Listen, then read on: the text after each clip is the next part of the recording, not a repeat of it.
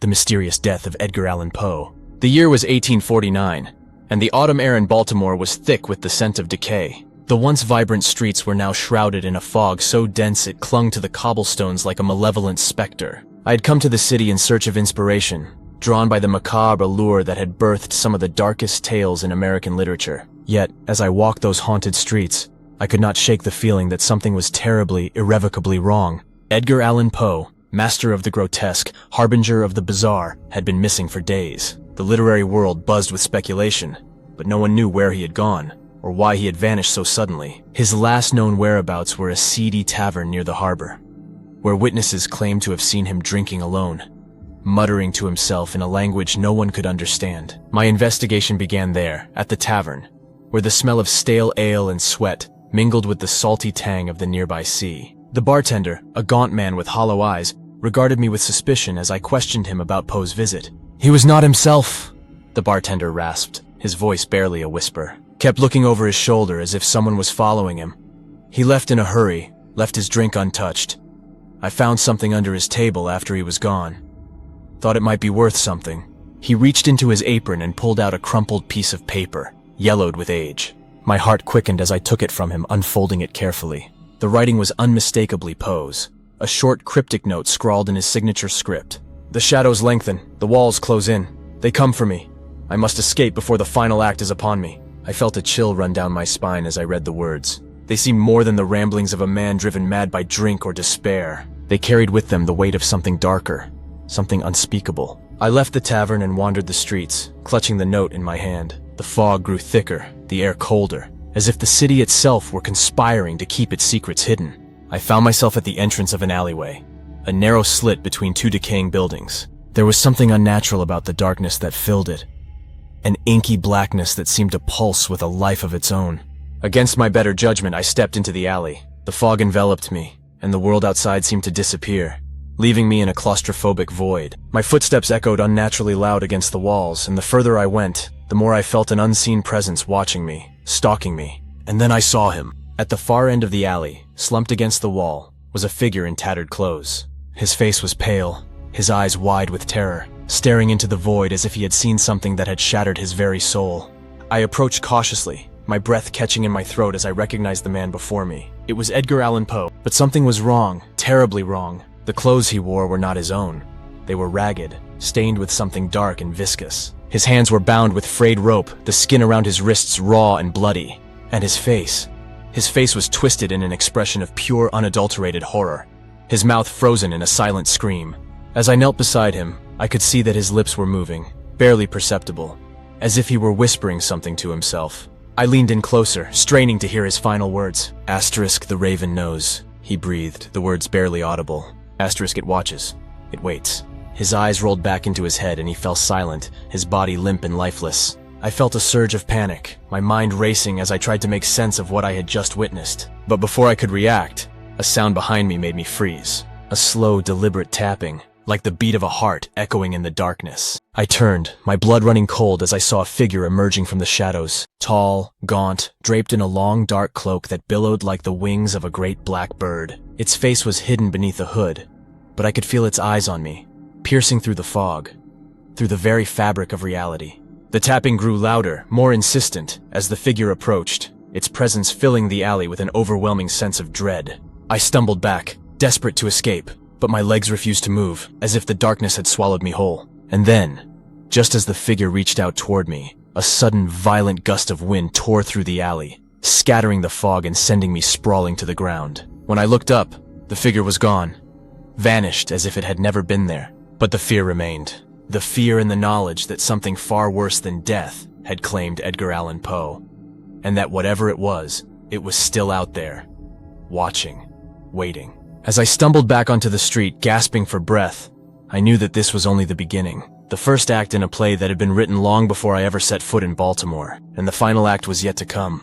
The days that followed were a blur of sleepless nights and fevered thoughts. The image of Edgar Allan Poe, slumped and lifeless in that cursed alley, haunted me, replaying in my mind with a sickening clarity. The note, the cryptic words he uttered, the figure in the alley. None of it made sense, and yet I felt a growing dread that something far more sinister was at play. Something that Poe himself had uncovered, only to pay the ultimate price. I couldn't leave Baltimore. I couldn't walk away from the mystery that had claimed the life of one of the greatest minds in American literature. I had to know what had driven Poe to the brink of madness, what had ultimately led to his death. But where to begin? The city was a labyrinth of secrets, and the deeper I delved, the more I felt I was being watched. By whom or what, I could not say. My first lead came in the form of a letter. It arrived at the boarding house where I was staying, delivered by a pale, trembling boy who refused to meet my gaze. The envelope was unmarked, save for a single word written in the center. Tonight. Inside was a slip of paper with an address scrawled in ink so dark it seemed to bleed into the page. No name, no explanation, just the address and a time. Midnight. Against my better judgment, I decided to go. Curiosity, or perhaps desperation, drove me to that decision, though a part of me knew that I was stepping into something far beyond my understanding. As the hour approached, I made my way through the darkened streets, the fog rolling in once more to cloak the city in its ghostly embrace. The address led me to an old, decrepit building on the outskirts of town, its windows boarded up, its facade crumbling with age. It had the air of a place long forgotten, left to rot in the shadows of the past. Yet as I stood before the door, I felt a strange pull, as if the building itself was beckoning me inside. With a deep breath, I pushed open the door, the creak of the hinges echoing through the empty halls. The interior was just as decayed as the outside, the floorboards groaning beneath my feet, the walls lined with peeling wallpaper that seemed to whisper secrets in the darkness. A single candle flickered at the end of the hallway, casting long, dancing shadows that made the hairs on the back of my neck stand on end. I followed the light, my footsteps echoing unnaturally in the silence. The hallway seemed to stretch on forever, each step bringing with it a growing sense of unease. And then, just as I reached the candle, the flame flickered out, plunging me into darkness. I froze, my heart pounding in my chest. The silence was suffocating, pressing in on me from all sides. And then, from somewhere in the darkness, I heard it. The same slow, deliberate tapping I'd heard in the alley. It was closer now. Louder, like the ticking of a clock counting down to some inevitable doom. Panic surged through me, and I fumbled for a match, desperate to bring light back into the room. My hands trembled as I struck the match, the tiny flame flickering to life just in time to reveal what lay ahead. A figure stood at the end of the hallway, shrouded in shadow. It was the same figure from the alley, the same hooded specter that had reached out toward me in that nightmarish moment. But this time there was no gust of wind to save me, no sudden escape from the terror that gripped me. The figure moved toward me, silent as death, its presence filling the hallway with an overwhelming sense of dread. I backed away, the match flickering dangerously in my hand, casting erratic shadows that only seemed to deepen the darkness around me. And then the figure spoke, its voice a low, rasping whisper that seemed to come from all directions at once. "You should not have come." The words sent a jolt of fear through me, freezing me in place. The match burned down to my fingers, and I dropped it with a gasp, plunging the hallway into darkness once more. But the voice continued, relentless, inescapable. He knew too much. He saw what was not meant to be seen.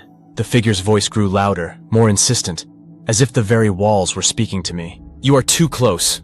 You must turn back or you will suffer the same fate." I couldn't move, couldn't breathe. The terror was paralyzing, holding me in its icy grip.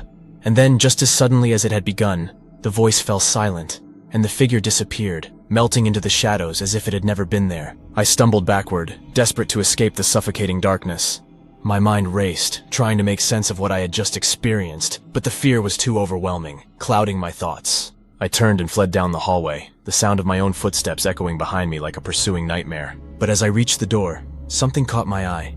Something on the wall that had not been there before. A message scrawled in dark, dripping letters, as if written in blood. Asterisk the raven knows. My heart skipped a beat as I read the words. The same phrase Poe had whispered in his final moments, the same ominous warning that seemed to echo through every shadow, every whisper of the night. But before I could react, before I could make sense of the message, the door slammed shut with a deafening crash, sealing me inside. The room grew colder, the darkness pressing in on me, and the tapping began again, louder this time, more insistent. It was coming for me. I backed away from the door, my breath coming in ragged gasps as the tapping grew closer, echoing through the room with an almost physical force. And then with a sudden, bone-chilling realization, I understood. Poe had been right. The raven did know. It knew everything, and it had come for him just as it was coming for me now. But what was it? What was this force that had claimed Poe, that now sought to silence me as well? I had no answers, only the growing certainty that I was in far more danger than I had ever imagined. The tapping stopped, replaced by a deafening silence. I could feel it, lurking in the darkness, waiting, watching. And then, with a final sickening lurch, the floor gave way beneath me, and I plunged into the darkness below. The last thing I heard was a voice, a whisper on the edge of my consciousness, as I fell into the void. Asterisk. The final act is upon you.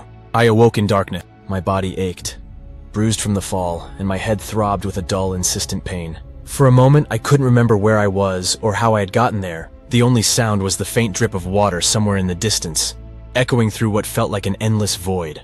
Slowly, memories began to seep back into my mind. Poe's death, the hooded figure, the voice that had haunted me. The image of that message on the wall, the raven nose, lingered in my thoughts like a festering wound. I realized with a sinking feeling that I had plunged deeper into whatever dark mystery had claimed Poe, and now there was no turning back. I forced myself to stand, my legs unsteady beneath me. The floor was cold and damp, and the air reeked of decay. I fumbled in my pockets, hoping to find something, anything that might help me. My fingers closed around a small box of matches, the same ones I had used earlier. The matches were damp, but I struck one, and to my relief, a small flame flickered to life. The faint light revealed that I was in some kind of underground chamber. The walls were rough, hewn from stone, and the floor sloped downward, leading into a tunnel that disappeared into impenetrable blackness. The match sputtered and died, leaving me in darkness once more. But something else had caught my eye in that brief moment of light. Something scratched into the wall, just above where I had landed. I struck another match and held it up to the markings, my heart pounding in my chest. It was another message, carved deeply into the stone, the letters jagged and uneven, as if etched in a fit of desperation. Asterisk the order watches, the raven sees. The words sent a shiver down my spine. What was this order? What did it have to do with Poe's death, and mine, if I didn't find a way out of this nightmare? The match burned down to my fingers and I dropped it, plunging the chamber back into darkness. I couldn't stay here. Whatever had brought me to this place wasn't finished with me yet. I had to move, to find a way out before it was too late. I took a deep breath and started down the tunnel, the darkness pressing in on me from all sides. The walls seemed to close in as I walked, the ceiling lowering until I had to crouch to continue. The tunnel twisted and turned, a labyrinthine nightmare that seemed designed to disorient and confuse. My matches were dwindling, each one revealing only more darkness ahead, more of the same rough stone that seemed to go on forever. My breath came in short, panicked gasps, the air growing thicker and more oppressive with each step. And then, just as my last match burned out, I heard it. The unmistakable sound of chanting, low and rhythmic, echoing through the tunnel ahead. It was a sound that chilled me to the bone, a sound that spoke of ancient rituals and unspeakable horrors. I pressed on, following the sound despite the overwhelming dread that filled me. The tunnel widened into a cavernous chamber, dimly lit by flickering torches set into the walls. The chanting grew louder, more intense, filling the chamber with an oppressive energy that seemed to vibrate through the very stone. I pressed myself against the wall, peering into the chamber, trying to make sense of what I was seeing. A group of figures, cloaked and hooded, stood in a circle around a large, ornate altar. Their faces were hidden, but their voices rose in unison, chanting in a language that made my skin crawl. On the altar lay a body, pale and lifeless, dressed in tattered clothes. My heart skipped a beat as I realized with a sickening jolt that the body was Edgar Allan Poe. I stifled a gasp, my mind reeling. They had brought him here, to this place, to perform some dark ritual over his body. But why? What could they possibly hope to achieve? As I watched, one of the figures stepped forward, raising a dagger high above his head. The blade gleamed in the torchlight, and I could see that it was etched with strange symbols that seemed to pulse with a dark energy. Before I could react, before I could do anything, the dagger came down, plunging into Poe's chest with a sickening thud. The chanting reached a fever pitch, the air crackling with a malevolent force that seemed to vibrate through the chamber. I felt a wave of nausea wash over me, my vision blurring as the scene before me twisted and distorted. And then, to my utter horror, Poe's body began to move. His eyes snapped open, wide and glassy, staring into the void with a look of pure terror. His mouth opened in a silent scream, his body convulsing on the altar as if some unseen force was ripping him apart from the inside. The chanting grew louder, more frantic, as if the ritual was reaching its climax. I couldn't take it anymore. I turned and ran, stumbling back into the tunnel, my mind a whirlwind of fear and disbelief. What had I just witnessed? How was it possible? I could still hear the chanting, echoing through the tunnels, following me as I fled through the darkness. But no matter how far I ran, I couldn't escape the image of Poe's lifeless body convulsing on that altar, his eyes wide with terror, his mouth twisted in a scream that would haunt me for the rest of my days. And as I ran, a thought occurred to me, a terrifying realization that sent a fresh wave of fear through my already panicked mind. The Order, the Raven, they weren't just trying to kill Poe. They were trying to trap his soul, to bind it to some dark purpose that I couldn't even begin to understand. And if they had succeeded, then Poe wasn't just dead. He was damned. The tunnel grew narrower, the walls closing in as I ran, but I couldn't stop, couldn't think. The only thing that mattered was getting out, escaping this nightmare before it claimed me as it had claimed Poe. But just as I thought I had outrun the terror, just as I thought I had found the way out, I heard it again. The tapping, slow, deliberate, echoing through the darkness like the tolling of a death knell. It was close now, so close I could feel it in the very air around me. The tapping grew louder, more insistent, filling my ears until it was the only sound I could hear. And then from the darkness ahead, I saw it. A pair of glowing eyes, wide and glassy, staring back at me from the void. It was him. Poe. He was coming for me. I turned to run, but my legs refused to move. The tapping grew louder, faster, as if the very walls were closing in around me. I could feel his presence, feel the darkness pressing in, suffocating me, consuming me. And then, just as the tapping reached a deafening crescendo, everything went black. The last thing I heard was the voice, cold and relentless, whispering in my ear. Asterisk, the raven knows. You cannot escape. When I awoke, I found myself lying on cold, damp ground. The air was thick, suffocating, and the darkness around me was absolute. My mind was a chaotic swirl of terror and confusion. The last thing I remembered was the glowing eyes in the tunnel. Poe's eyes, staring back at me with an intensity that still made my skin crawl. I struggled to sit up, every muscle in my body aching from the ordeal. The darkness pressed in on me from all sides, and I had no sense of where I was or how long I had been unconscious. My breath came in ragged gasps, and the fear gnawed at my sanity, threatening to pull me under once more. And then, as if in response to my waking, a dim light flickered into existence in the distance. It was faint, but it was enough to cut through the oppressive blackness, giving me a glimpse of my surroundings. I was in a vast subterranean chamber, the walls lined with symbols that seemed to writhe and pulse with a malevolent energy. The air was thick with the stench of decay, and I could hear the faint sound of water dripping somewhere in the distance. With no other options, I forced myself to stand and began to move toward the light, my footsteps echoing eerily in the cavernous space. The light grew brighter as I approached, revealing more of the chamber, a place that seemed to exist outside the bounds of reality, a place where time and space twisted into something monstrous and unnatural. As I neared the source of the light, I realized that it was coming from a massive stone door, covered in intricate carvings that glowed with an otherworldly light. The door was ajar, and beyond it, I could see another chamber, this one bathed in an eerie, flickering glow. I stepped through the door, and what I saw on the other side nearly drove me to madness. The chamber was filled with towering shelves, each one lined with dusty tomes and ancient scrolls. At the center of the room was a massive stone altar, much like the one I had seen before, but this one was covered in a thick layer of dust and cobwebs, as if it had been abandoned for centuries. And there, lying atop the altar, was Edgar Allan Poe. But this was not the lifeless body I had seen before. This Poe was alive, his chest rising and falling with labored breaths, his eyes fluttering open as if waking from a nightmare. His skin was pale, his body emaciated, but he was undeniably alive. I approached the altar cautiously, every instinct screaming at me to turn back, to run as far from this place as possible. But something compelled me forward, a morbid curiosity that I could not deny. As I neared the altar, Poe's eyes snapped open and he turned to look at me. There was no recognition in his gaze, only a deep, abiding terror that seemed to pierce through to my very soul. "They will not let me rest," he whispered, his voice weak and trembling. "They have bound me to this place, to this curse." I swallowed hard, the words catching in my throat. Who? Who has done this to you?" "The Order," Poe rasped, his voice growing weaker with each word. "They sought to silence me, to prevent me from revealing their secrets, but in doing so, they have damned me. And now they seek to damn you as well." A shiver ran down my spine as his words sunk in. The Order, the mysterious group that had orchestrated his death. They were the ones responsible for this twisted ritual, for trapping Poe's soul in this nightmarish limbo. "Is there a way to stop them?" I asked, desperation creeping into my voice. "Is there a way to free you?" Poe's eyes flickered with a hint of something. Hope, or perhaps resignation. "The Raven," he whispered. "It is the key, the symbol of their power. Destroy it, and you may free me. But be warned, they will not let you succeed without a fight." My heart pounded in my chest as I looked around the chamber, searching for anything that might resemble the Raven he spoke of. And then, as if drawn by some unseen force, my eyes fell upon a book, an ancient, leather-bound tome that sat on a pedestal near the altar. The cover was embossed with the image of a raven, its wings spread wide, and its eyes gleaming with a malevolent intelligence. I knew without a doubt that this was the key to everything.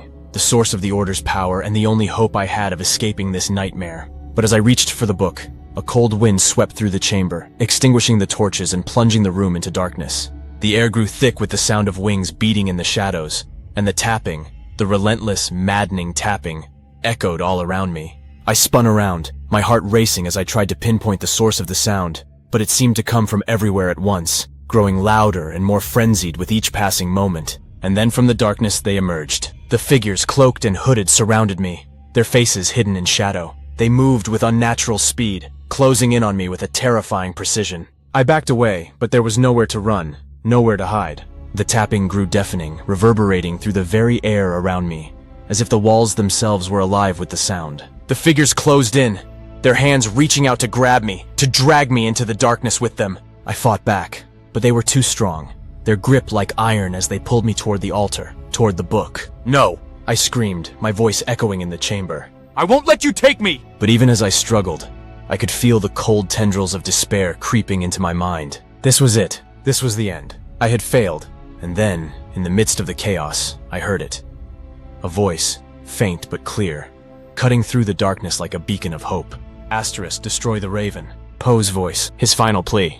With one last desperate surge of strength, I broke free from the figure's grasp and lunged toward the book. My fingers closed around the ancient tome, and I tore it from the pedestal, the pages fluttering wildly as I held it high above my head. The figures recoiled, hissing in anger as the book seemed to pulse with a dark energy, the image of the raven glowing with an otherworldly light. And then, with all the strength I could muster, I hurled the book to the ground and brought my foot down on it with a sickening crunch. The effect was immediate. The room shook violently, the walls cracking and crumbling as a deafening roar filled the air. The figures screamed in unison, their forms dissolving into shadow as the raven's image shattered, releasing a torrent of dark energy that tore through the chamber. I fell to the ground, covering my head as the room was consumed by the force of the explosion. The air was filled with the sound of rushing wind, the howling of the damned, and the final desperate cry of the Order as they were torn apart by the very power they had sought to control. And then, as quickly as it had begun, it was over. The chamber was silent, the darkness receding to reveal the crumbling remains of the altar, the shelves, the very room itself. The book lay in pieces at my feet, its power broken, its curse lifted. I struggled to my feet, my body weak, my mind reeling from the experience. But as I looked around, I realized that something was different. The oppressive energy that had filled the chamber was gone, replaced by a strange sense of peace. And there, lying where the altar had once stood, was Edgar Allan Poe. He was free. His body was still, his eyes closed, but there was no trace of the torment that had haunted him before. He looked at peace, his soul finally released from the horrors that had bound him to this place. I took a step forward, my breath catching in my throat. "You're free," I whispered, the words barely audible in the silence. But just as I reached out to touch him, just as I thought the nightmare was finally over, something cold and sharp wrapped around my ankle. I looked down, my heart stopping as I saw the shadowy tendrils snaking up from the ground, pulling me down with a force I could not resist. I screamed, but there was no one to hear me. The chamber dissolved into darkness once more, and the last thing I saw before I was dragged into the abyss was Poe's face, no longer at peace, but twisted in a final, eternal scream of terror. The raven knew, and now so did I.